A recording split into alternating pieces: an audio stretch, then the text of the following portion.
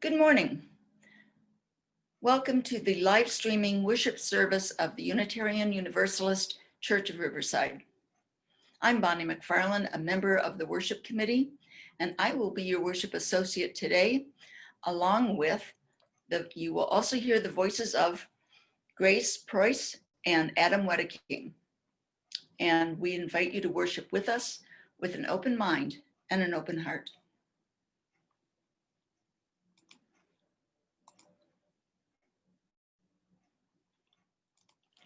As we enter into sacred time, created by our presence and shared intent, I invite you to get comfortable. Turn down your phones or other distracting devices. Make a conscious decision to set aside, for this 1 hour, the self-protective walls we all keep around our heart and our thoughts. Let us remember and explore together what has drawn us to this faith, or learn what this faith is about. And relax. Let the stresses of the outside world slip away as together we focus on this time together. And together we breathe. Although we are now a community connected largely by electronic means, one day we will be together again. Yet even now, we are those seekers with the yearnings to learn, to understand, to make the world a better place, and with the same desire for fellowship. And so we are here seeking that living interconnected web of which we are a part. Let go of the anxiety, the fears, the expectations of your own or others' making, and join us in this hour of beloved community. And so together, we breathe. Our opening hymn this morning is The Fire of Commitment. Please rise in spirit and join us. And because we are Zooming this, nobody will know if you sing off key.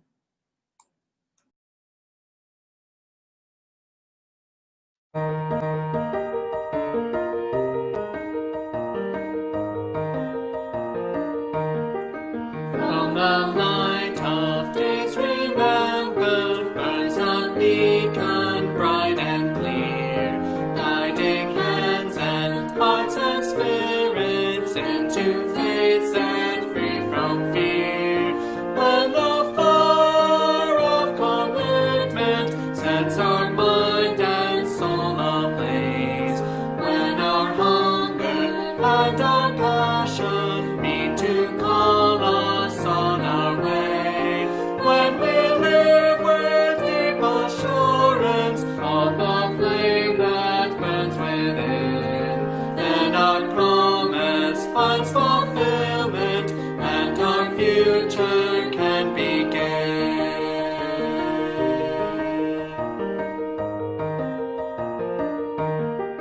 From the stories of the living brings a song both brave and free, calling pilgrims still to witness to the life of liberty. When the fire of commitment sets our mind and soul ablaze, when our hunger and our passion meet to call us on our way, when we live with deep assurance of the flame that burns within, then our promise finds fulfillment and our future can begin.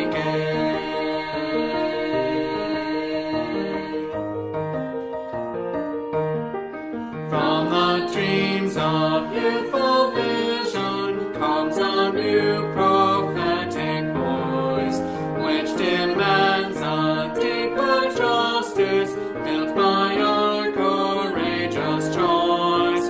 When the fire of commitment sets our mind and soul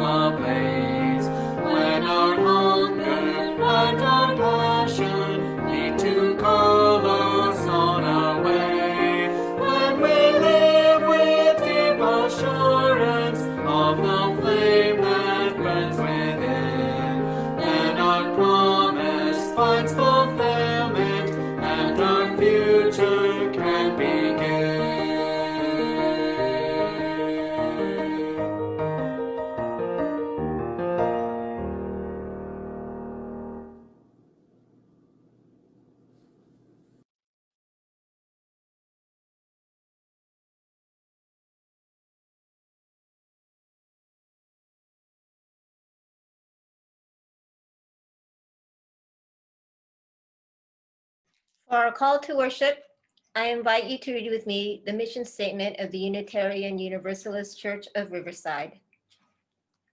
Our mission is to foster a diverse religious community that celebrates life, affirms the individual, encourages spiritual growth and open thought, and works to advance social justice and environmental sustainability.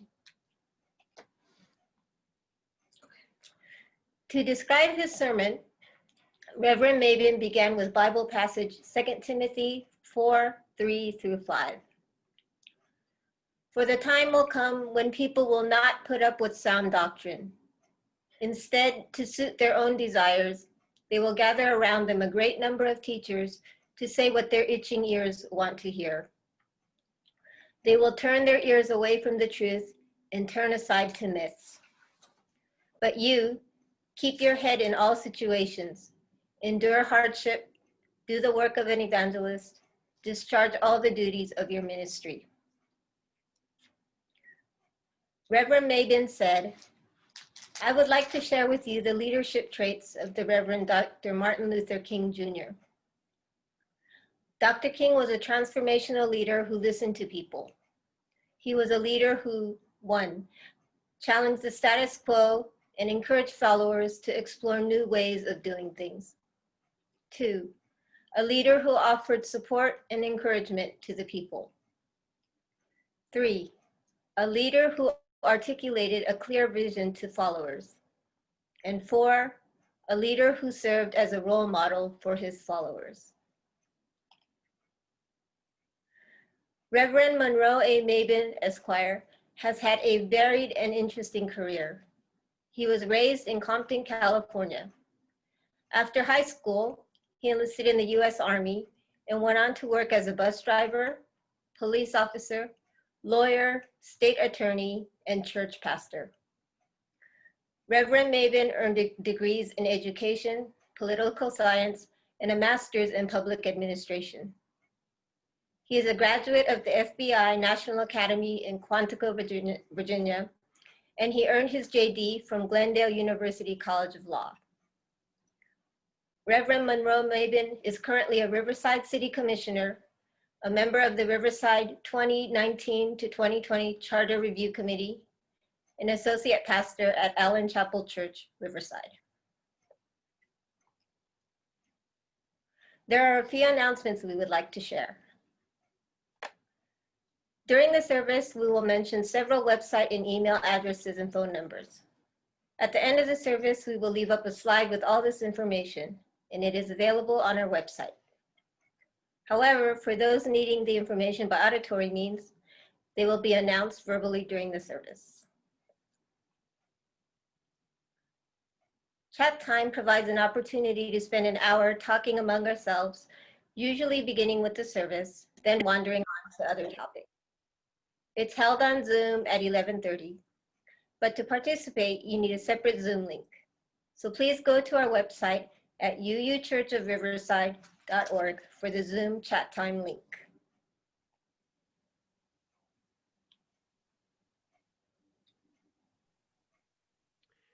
Yeah, I've got a couple social justice committee announcements I'll go ahead and make. Just that today is our social justice committee meeting at 1 p.m. Please come. We've got a number of things to talk about, including debriefing our meeting with Assemblywoman Cervantes' office. So come and join us. You can go on the church website, click on the Social Environmental Justice Committee, and there's a link right there on our page. We are still working on, trying to get the eviction moratorium extended, and also making sure that we eliminate the debt that folks owe, to make sure that people can stay in their homes during this pandemic and after the pandemic, right? So we're still calling in our legislators. There was a week of action last week, but the link that was created to call your legislators is still active. If you have not called your legislators yet, you can go to uuchurchriverside.org, click the justice menu, click Social and Environmental Justice, and under the Take Action heading, you'll see a button right there to go to the tool, and you can call your legislators.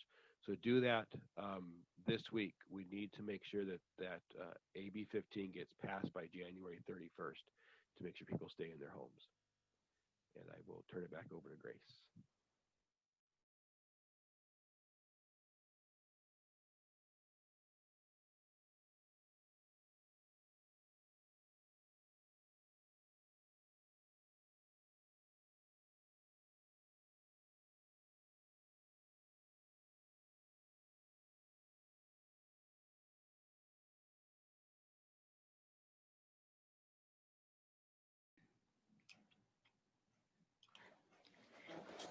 In Riverside County and all of Southern California region, the ICU availability continues to be at 0.0%.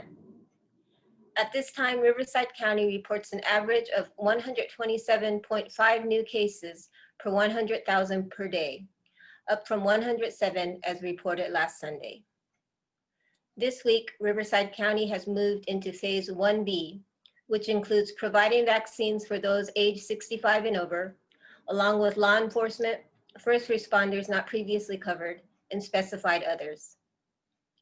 Public health vaccination clinics have been set up, and a number of pharmacies and other health clinics have also been approved. For the most current and reliable information, go to the website for your county public health department or the state of California. You can also find information and links on our church website. The monthly UUCR newsletter comes out the first of every month by email and per request by postal mail. If you have something you would like covered or that you want to write, let Dinah know at ramblinrose22@yahoo.com or call or text her at area code 909-645-2885. If you haven't received the newsletter and would like to be added to our mailing list, please contact Dinah or the church office.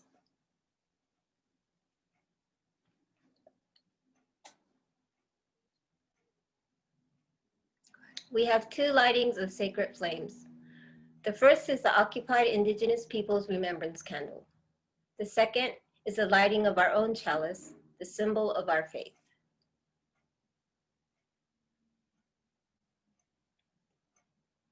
Occupied Indigenous Peoples Remembrance Candle.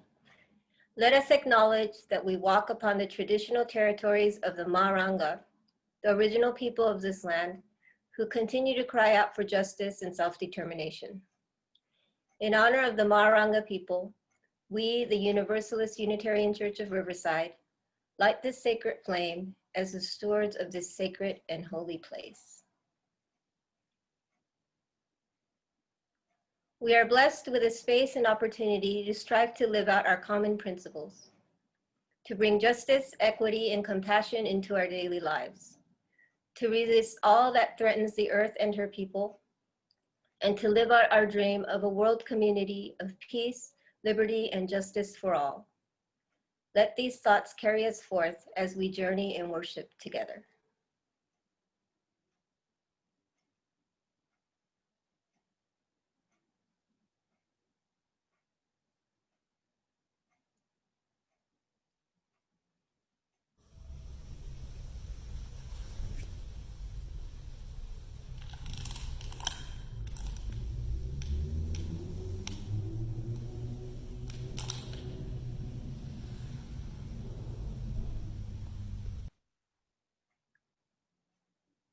Our chalice lighting this morning is Out of the Flames by Reverend Sarah E. Lawal. For the new year, just days old, beginning today, always beginning. We light our chalice, symbol of faith, perseverance, and hope, in astonished thanksgiving and irrepressible praise. For beginnings that emerge out of endings, appear amidst continuity, become visible in hindsight. We light our chalice, symbol of faith, perseverance, and hope, in astonished thanksgiving and irreparable praise for all the times and all the ways we have begun anew together. We light our chalice, symbol of perseverance, faith, and hope, in astonished thanksgiving and irrepressible praise.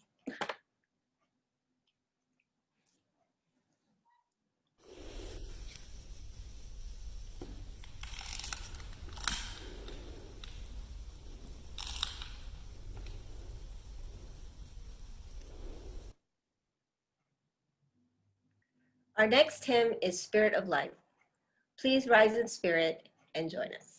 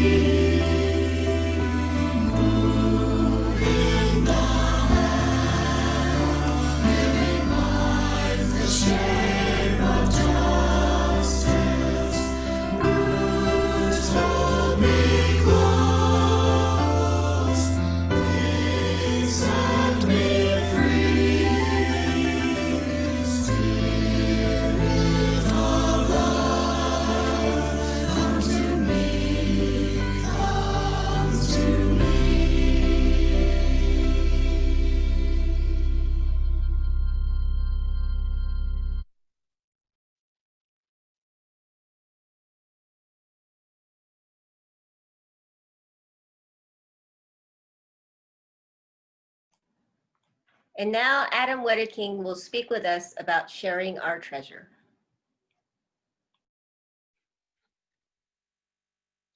This portion of our service is how we fund all that we do to minister to and care for our congregation and our beloved historic church, and to ensure that when we are able to safely reopen, we will be here to welcome you all back again. You can mail your pledge and donations to the church office, please no cash. Our church office address is Universalist Unitarian Church of Riverside, or UUCR, 3657 Lemon Street, Riverside, California, 92501. We have a wonderful way to financially support our church at no cost to us and no extra cost to you. Great Lakes script cards for places like Amazon, Smart & Final, Vons, Target, iTunes, Chevron, Home Depot, Wendy's, and so many others are available from Dine Row. If you buy a script card for, say, $25 at Lowe's for that home project you found time for, our church receives a percentage of your script card price, and you get $25 to spend. We also have Stater Brothers cards for your grocery shopping. that also earns our church a percentage. Please contact Dinah or the church office to purchase script and Stater Brothers cards. Once more, Dinah's email is ramblinrose22@yahoo.com, and the church office email is admin@uuchurchofriverside.org. Another way to help is when making purchases through Amazon. Go to smile.amazon.com. Make sure that when you go, you've got the smile dot before amazon.com. And also, if you use the Amazon shopping app, you can go in your settings now and set it up to connect to your Amazon Smile account. So if you buy it through the app, it also goes to Smile. And when you do that, you got to choose Universalist Unitarian Church as your charity. We receive 0.5% of your qualifying purchases. And by using an Amazon script card, we receive a percentage from both. Again, contact Dinah Rowe to purchase. Please donate as the Spirit moves you by whatever method works best for you. Thank you for your generosity. And to those who give of their time and their talent, thank you for your generous care and attention. Our next hymn is From You I Receive. Please rise again in spirit and join us.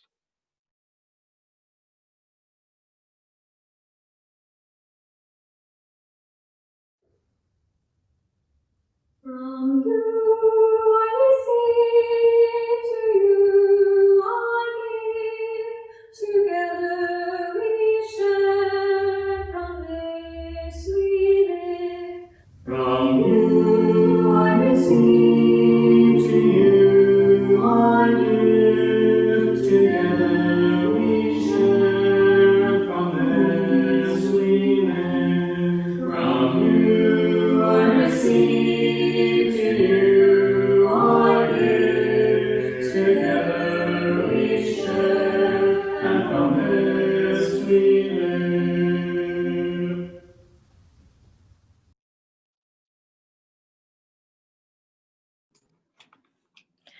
Our meditation reading this morning is Seeing That Which Unites Us by Reverend Sarah E. Lawal.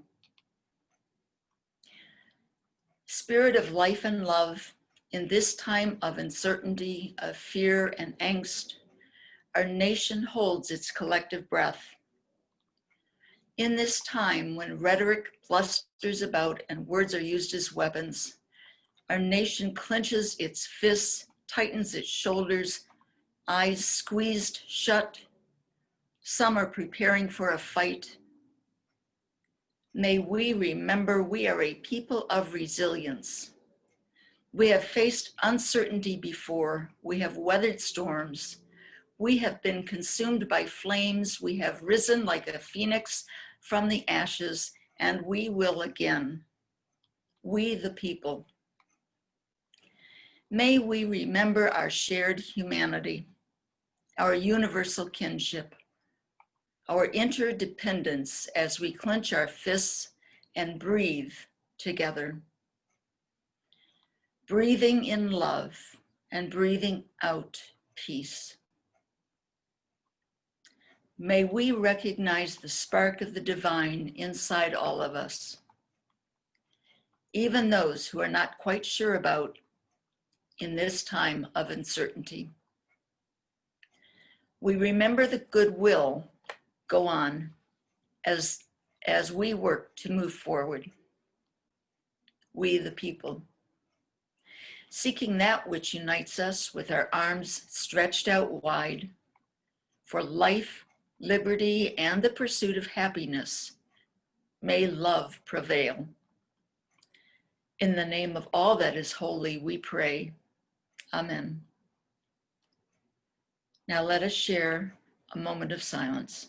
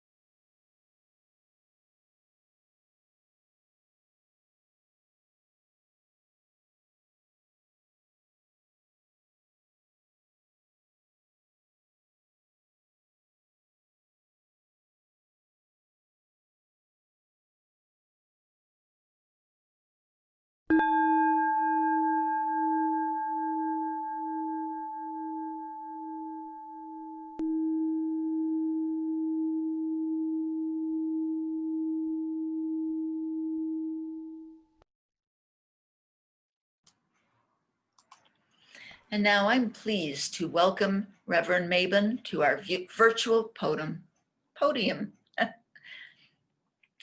Reverend Mabon. Good morning. God of Abraham, Isaac, and Jacob, touch your humble servant. Let the words of my mouth and the meditation of my heart be acceptable in thy sight. O Lord, you are my strength and my redeemer.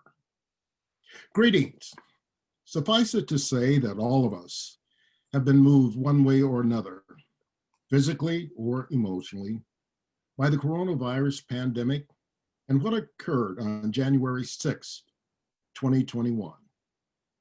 And I believe the catalyst for the pandemic virus and what occurred on January 6, 2021 may be summed up with one word or words. That word is leadership, or in the alternative, the absence of leadership. I would like to share with you this morning a message that deviates from the norm, the traditional evangelical message I would like to give normally on an occasion like this.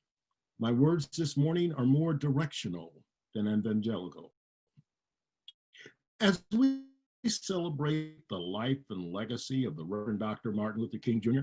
during this holiday weekend, many of the celebrants will reflect upon Dr. King's life and legacy, but most of all, reflect upon his I Have a Dream speech, his oratory skills, and his ability to move people in a movement for change.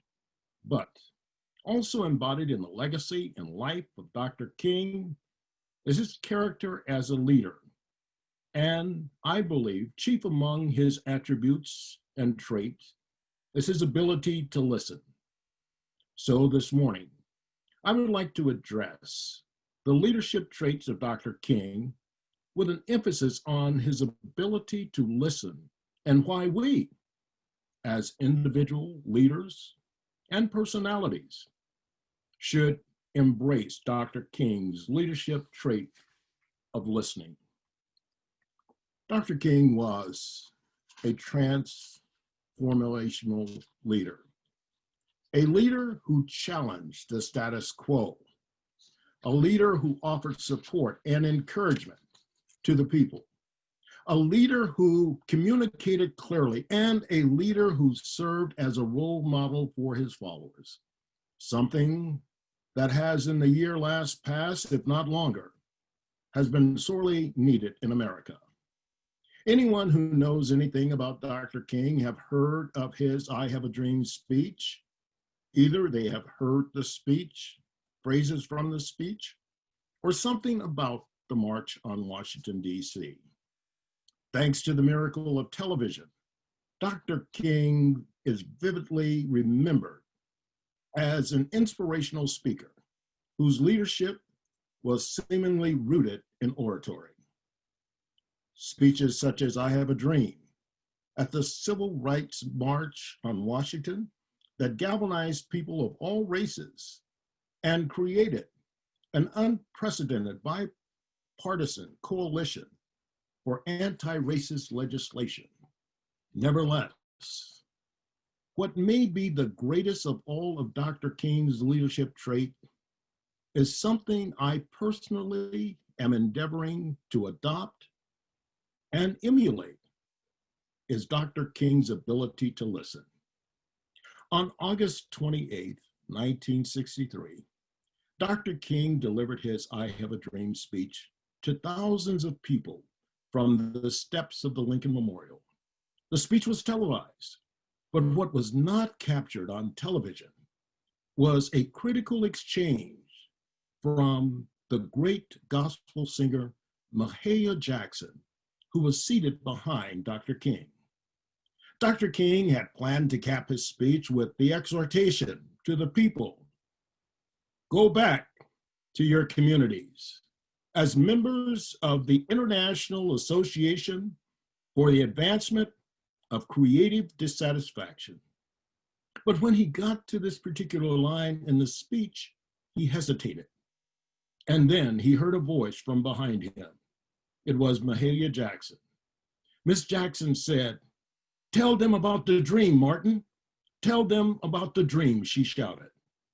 Dr. King made a split-second decision that sealed his place in history. You know what happened after that. Dr. King launched into his classic "I Have a Dream" closing. That ad-lib moment is often cited by historians as an example of Dr. King's improvisational genius as an orator. But I say it reveals something else about Dr. King as a leader, his ability to listen. Calling Dr. King a great listener isn't the typical phrase that people shower on him. As the country celebrates the holiday in his honor, instead, commentators invoke images of Dr. King as a solitary hero behind the podium, delivering speeches after speeches that change history. Yet many of the most pivotal moments in Dr. King's life were not planned. They only came after he listened to plotters and others who encouraged him in various other opinions. His "I Have a Dream" exhortation, his opposition to the Vietnam War, and his decision to embrace nonviolence all came in part because he was such a willing listener to other people. At a time when many glorify individuals with charismatic personalities, political stances, or even CEOs, Dr. King offered a different kind of role model as a leader. According to Professor Jared Potter, a history professor at Lawrence University in Wisconsin, who wrote a biography about one of Dr. King's closest advisors, Byron Rusted. Professor Potter documents the exchange with Miss Jackson and Dr. King in his book about Byron Rusted. Professor Potter writes, "He could have said to Mahalia Jackson, 'Don't interrupt me. I'm Martin Luther King. I know what to say and what to do.' But Professor Potter shows how Dr. King, a Negro Baptist preacher, would listen to not only a woman, but also a gay man who was one of Dr. King's closest advisors. That's something that hasn't been talked about enough, according to this professor. Even Dr. King's management style was built on listening to his people who were surrounded in his organization. Several openly challenged or disagreed with Dr. King and exactly what he wanted, according to Andrew Young, the former United Nations ambassador and one of Dr. King's closest advisors and member of the Southern Christian Leadership Conference.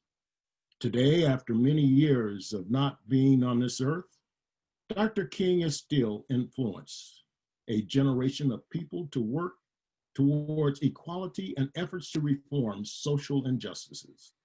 As a transformational leader, Dr. King challenged the existence of segregation and injustice, suggesting a new pathway to democracy, racial injustice, and brotherhood for all, fueled by creating the urgency of now. He and his nonviolent force the nation to see through his eyes and suggestion a new way of doing things, a new way of approaching change in America. He challenged them to rally together and find other means to get where they were trying to go without using various forces. In the bus boycott, he organized people to come together and look for alternative means of transportation using taxi cabs and ride sharing, something that we later adopted in another modified mode. He took a lot of coordination for Dr. King to organize these efforts and to increase and maintain the spirit of those who would follow him. His action, backed by his vision, shook up the nation and caused them to view the ills of America and look towards ways to peacefully and nonviolently to bring about a change in America and address the needs of the people. Dr. King also required those around him, his team, his followers, to participate in nonviolent protests, to lead by example, not in a dictatorial or authoritarian process. His speech, "I have a dream that my 4 little children will one day live in a nation where they will not be judged by the color of their skin, but by the content of their character." All too often today, we have a tendency to judge people prejudicially rather than by their individual character. Dr. King would have us to listen to one another, to reason with one another, to come together with one another, to inspire one another. 57 years after his memorable speech, and 52 years after his assassination, his physical existence has left this earth, but his legacy lives on in the nonviolent protests that he offered to America. Dr. King's concept of individuality caused us to ask the question, where do we go from here in America? He is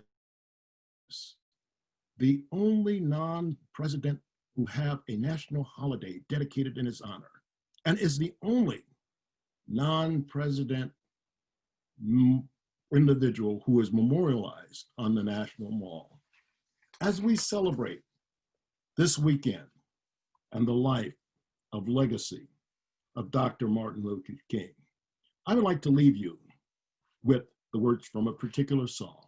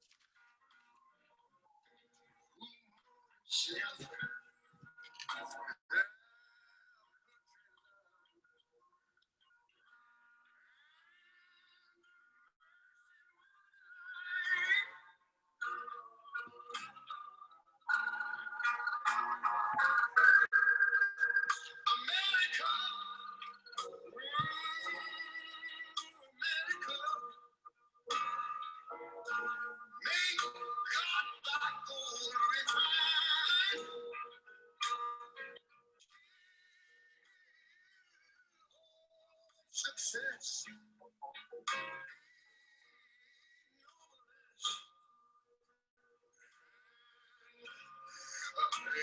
Every day divine.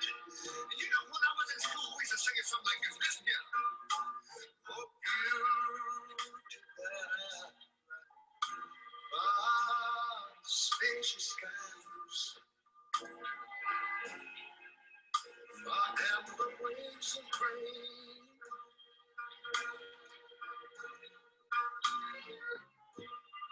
Purple ground. In majesty.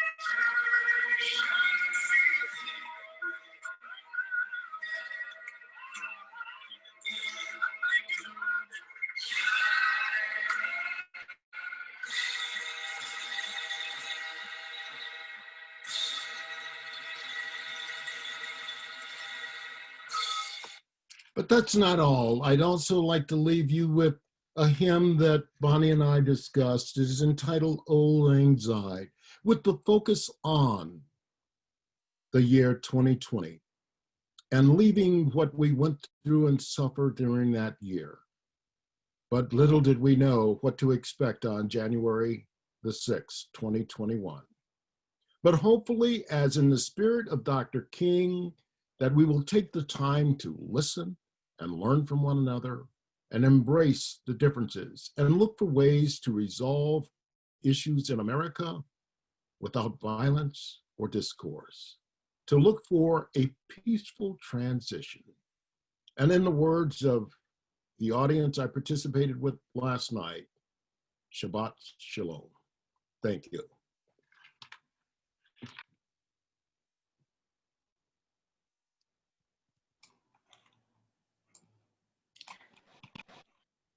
Thank you, Reverend Mabon, for that wonderful sermon. Something we really needed right now in these times. There's a backstory to this next hymn that I want to tell. On December 30th, I heard a program on National Public Radio about an art film entitled For the Sake of Old Times. And I was profoundly touched by it. I looked it up and I wanted to include it in our January 3rd service. The song and melody used is Auld Lang Syne, but the production is by a company called 1504, a narrative studio, and I didn't get permission to use the film for our live Zoom until after the service. However, it is a very special film.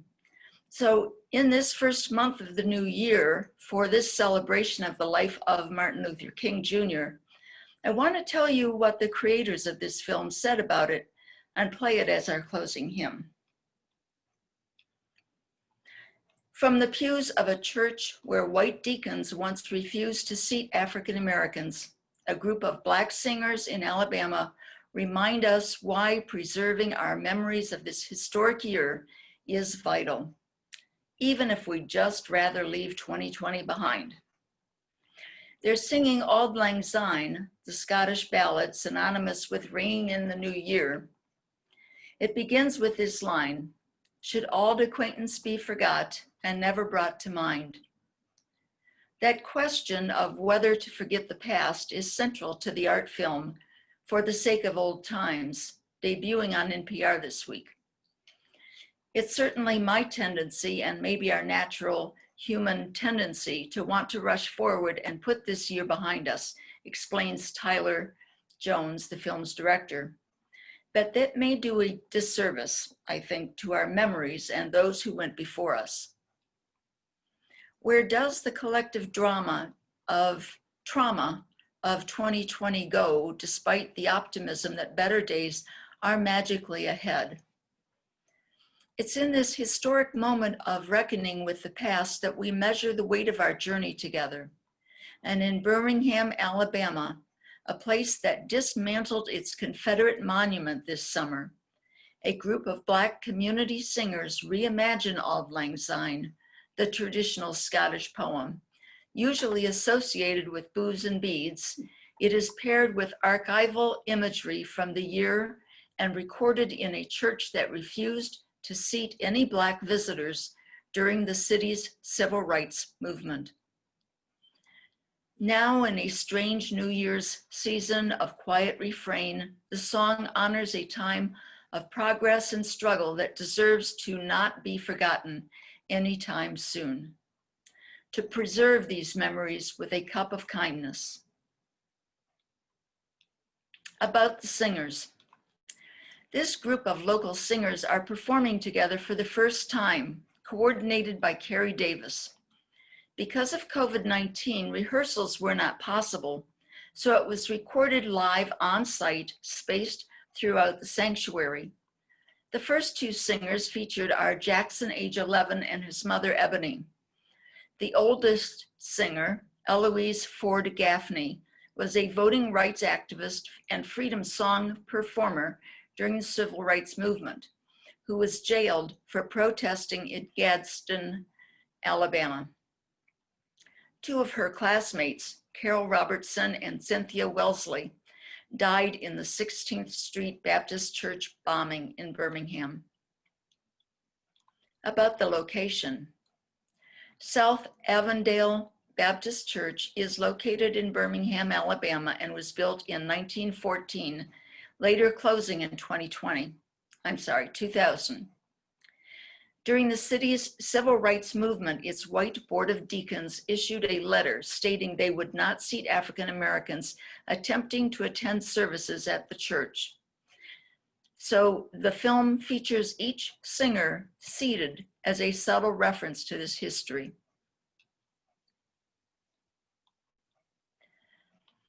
The location is a few miles east of downtown, where the city removed its public monument to the Confederacy in June, which is shown being dismantled by crane in the film. Archival footage depicts other nearby southern cities, including Nashville, Chattanooga, and Atlanta.